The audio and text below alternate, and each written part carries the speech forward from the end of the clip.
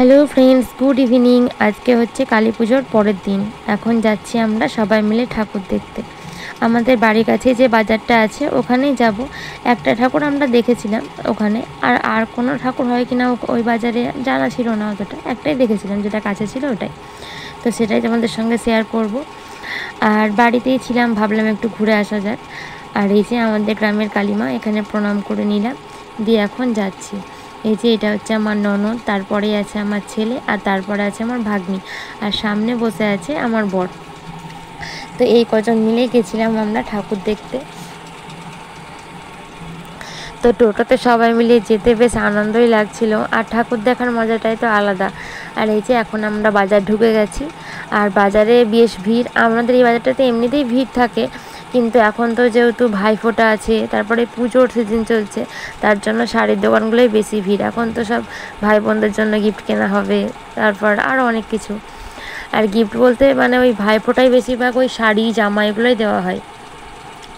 তো এখন চলে এসেছি আমরা প্রায় মন্দিরের কাছাকাছি। আর এই যে এইটা হচ্ছে আমাদের রাধা গোবিন্দ মন্দির, এখানে রাধা গোবিন্দ আছে। যদি পারি তোমাদেরকে একদিন দেখাবো, এখানটায় আসবো তখন। আর একটু গিয়েই হচ্ছে মানে কালী মায়ের মন্দির, দুর্গা মন্দিরের সামনেই কালী মায়ের মন্দির পড়ে।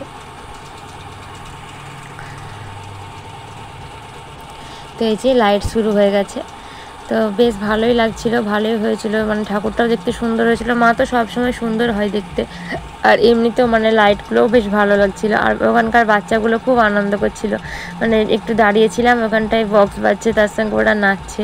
আর এই যে লাইটিংটা দেখো, লাইটিংটা সুন্দর করেছে। আর এই জায়গাটা হচ্ছে মানে ফাঁকার মধ্যে একটা বেদি বাঁধানো আছে, তো সেই জায়গাটাকে এখন প্যান্ডেল দিয়ে ভালো করে ঘিরে সাজিয়ে দিয়েছে। আর এই যে দেখো, এইটা হচ্ছে মা, আমরা এখানে প্রণাম করে নিলাম এখন। আর এই মানে চারি সাইডটা ফাঁকা ছিল, এইটা নতুন করে আবার করা হয়েছে, মানে মন্দিরের মতন এই থান বাঁধানো হয়েছে, আর এভাবে গ্রিল দিয়ে ঘেরা হয়েছে।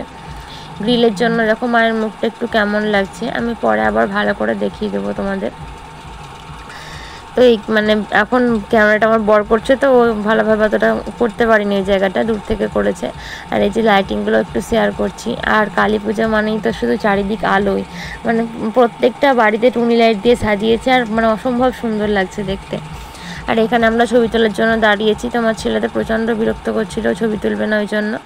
আর এই দেখো, এবার তোমাদেরকে মায়ের মুখটা ভালো করে দেখিয়ে দিলাম। আর প্যান্ডেলটা খুব সুন্দর করেছিল, ছোট্টর মধ্যে খুব সুন্দর হয়েছিল। আর এই দেখো এদের আনন্দ, আমার এখানে আমি দাঁড়িয়েছিলাম বেশ অনেকক্ষণ, ভালো লাগছিল এদেরকে দেখতে। বিভিন্ন রকম গান বাজাচ্ছিল আর নাচ করছিল।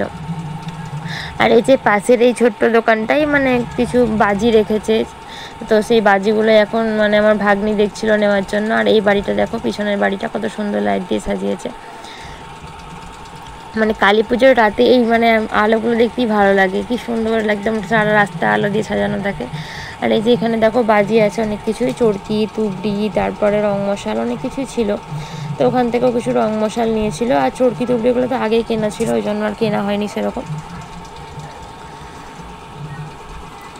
আর এই যে এখন আমি আর আমার ননদ একটু এদিকে এসে দাঁড়ালাম, বাচ্চাগুলোর নাচ দেখছিলাম, বেশ ভালোই লাগছিল, খুব ভালো নাচছিল ওরা। আর তো এখানে একটা কুরকুরে কিনে নিয়েছে, ও পিসি খাইয়ে দিচ্ছে কুরকুরে। আর এবার আমরা টোটোয় উঠে পড়বো, ঠাকুর দেখা হয়ে গেল।